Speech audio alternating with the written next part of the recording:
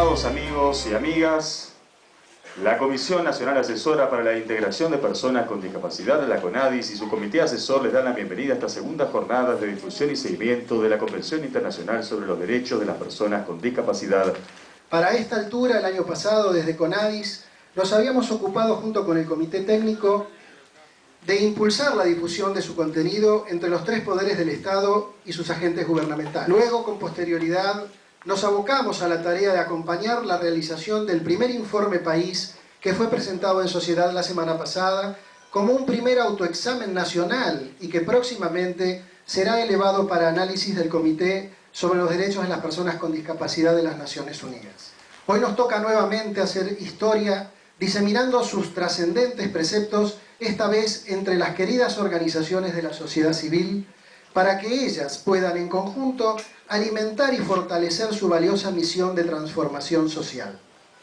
Considerando que la Convención es el primer tratado internacional de derechos humanos de este siglo y que como tal tiene un gran impacto en nuestra conciencia pública, hemos de utilizar su vasto contenido como herramienta para cambiar la percepción que hasta ahora ha tenido nuestra sociedad sobre la temática. Segundas jornadas de seguimiento y difusión de la Convención Internacional de los Derechos de las Personas con Discapacidad de las Naciones Unidas, que fue sancionada y promulgada en nuestro país en junio de 2008 por Ley 26.378, la que ya ha cumplido 2 años de vigencia. Hoy la discapacidad es un concepto que evoluciona y resulta de la interacción entre las personas y las barreras que se les imponen.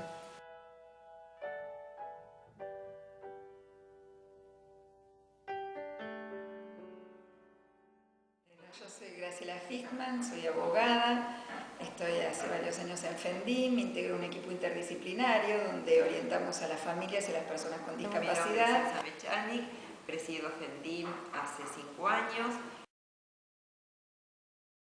Respecto del tema de capacidad jurídica de las personas con discapacidad, al decir el derecho humano que tienen las personas con discapacidad, que eso está establecido, que son iguales al resto de las personas y tienen la capacidad jurídica de ejercer esos derechos. Creo que en la Argentina tenemos grandes deudas respecto de varios temas que propone la Convención. En realidad, como decimos siempre, la Convención no trae nuevos derechos, es un tratado de derechos humanos y lo que está tratando de hacer es movilizar a los países en su cumplimiento para que se cumplan todas las acciones y medidas de acción positiva en beneficio de las personas con discapacidad. Así que hay mucha deuda en todo lo que es transporte, accesibilidad, educación. La Convención trae un nuevo paradigma que tenemos que trabajar mucho para que se pueda concretar, que es adecuar toda la normativa a la Convención.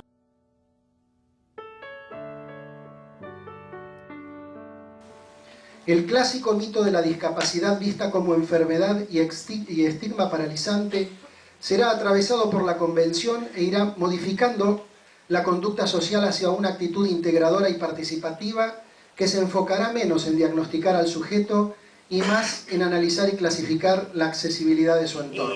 Es mucho el trabajo que hay que hacer y yo creo que parte más que nada de la concientización social.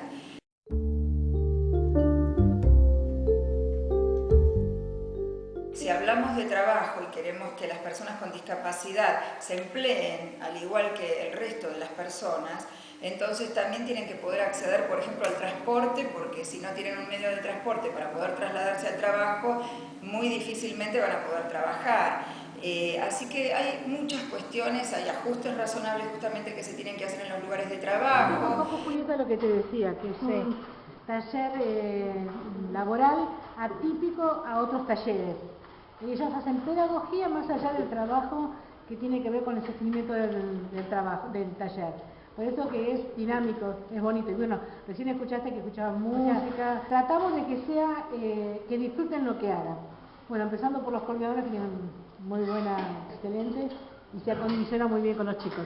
Y fíjate que también acondicionamos para chicos de silla de ruedas. A todo le buscamos para que puedan hacer algo. 8:30 empezamos a trabajar. Empezamos a trabajar. Y esta vez estábamos locos con estas cosas, con las mesas, Y bueno, y... A ver, Nico, ¿me mostrás cómo se...?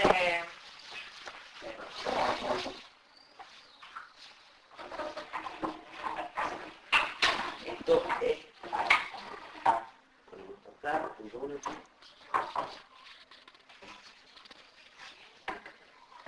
Se pone acá. Y te queda armada Como una silla.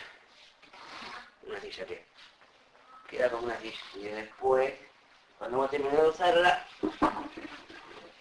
la pones así.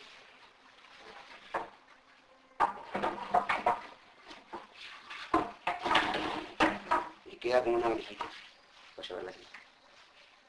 ¿No? Eso está bueno. Ajá, está bueno. Y nosotros con esta empezamos haciendo... Cortamos la madera con la maquinita que te mostré. Sí. La corto. Las orillas serían las puestas chiquitas. Sí. Y después cuando estaban todas lijadas, todas pusimos estas. Esta pusimos. ¿No? Hasta que después también pusimos esta. Y después esta, la de atrás. La de tres partes sería. ¿No? Sí. Y después, ¿qué más te puedo mostrar?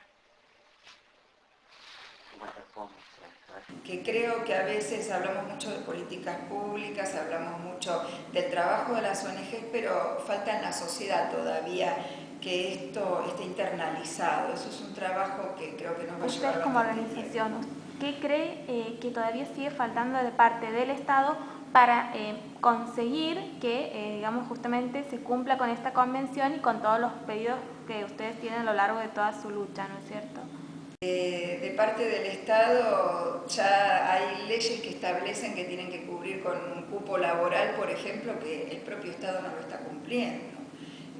La gente tiene que recurrir a la justicia y así todo genera una dificultad muy grande, igual que los pases para el transporte, ahí tenemos una gran legislación en ese sentido, pero la legislación no se cumple. La inclusión educativa. La inclusión educativa, claro. Claro, ese es otro tema por el cual también se viene bregando. Cuesta mucho, pero creo que cuesta mucho desde el Estado y desde la sociedad, que es un trabajo que tenemos que hacer. Por eso tanta profusión hoy en día de muchas ONGs que están tratando la temática, porque a veces a falta de un Estado presente en ese sentido, surge el movimiento asociativo y el movimiento de las personas con discapacidad en defensa de sus derechos. Nadie sabe cómo hacerse la rehabilitación de un niño discapacitado, de un hombre que es el jefe de hogar, o una mujer que sea la jefa de hogar. ¿Qué hacer con el discapacitado? ¿A dónde ir? ¿Qué hacemos con la educación? Que no tenemos una escuela como corresponde, no tenemos profesores, ni maestros, ni nadie que sepa en discapacidad. Hablamos de accesibilidad física, pero también hablamos de accesibilidad mental. Cuando hay trabas, en general, no solo una rampa o un baño accesible va a ser es lo justo para que un niño con discapacidad motora vaya a un colegio. Tiene que existir la voluntad del ente educativo para recibirlo y saber que tienen todos los derechos a asistir a la escuela. Hay planes, hay leyes. Nosotros creo que en la Argentina somos pioneros en leyes que no se cumplen, por supuesto. Hoy la convención dice que hay que cumplirlas y va a haber que cumplirlas. Es un paso importante, pero creo, como habíamos hablado con Nuria, una profesional española, de 5 años duros van a ser los que trabajaremos para comenzar a entender que esto debe ser una realidad. Pero insisto, la accesibilidad en general, yo digo que los estados, que son como los papás en la familia, si uno tiene un buen ejemplo de los papás, con seguridad que salen hijos buenos. El Estado tiene que demostrar que debe cumplir con todo lo que le corresponde, que los edificios sean accesibles, que las escuelas sean accesibles, pero accesibles completamente, que permitan entrar a las personas y que tengan acceso físico y acceso mental para recibirlo. Cuando hablamos de accesibilidad no hablamos solo de barreras arquitectónicas, son barreras de toda clase, son barreras culturales. Por eso yo, si me permitiste, quería corregir algo. No hablamos de discapacitados, hablamos de personas con discapacidad, y la discapacidad se la produce el entorno. Somos nosotros quienes producimos que esas personas tengan mayor o menor discapacidad en relación a las barreras que colocamos. Por eso hay dificultades en todo sentido, y hablamos de barreras. Por ejemplo, un tema que en la Argentina casi no está trabajado y que Elsa trabajó mucho con respecto a eso, y estamos queriendo promoverlo, es el tema de la vida autónoma de las personas con discapacidad. Hay grandes dificultades para que las personas con discapacidad, sobre todo intelectual, vivan en forma autónoma en el lugar que ellas decidan vivir, pero que tengan los apoyos necesarios, porque una persona con discapacidad necesita apoyos. Entonces, todo esto hay que trabajarlo desde las familias, y desde las familias y con todo el andamiaje jurídico y la protección del Estado, ¿no? que tiene que estar presente en cuanto a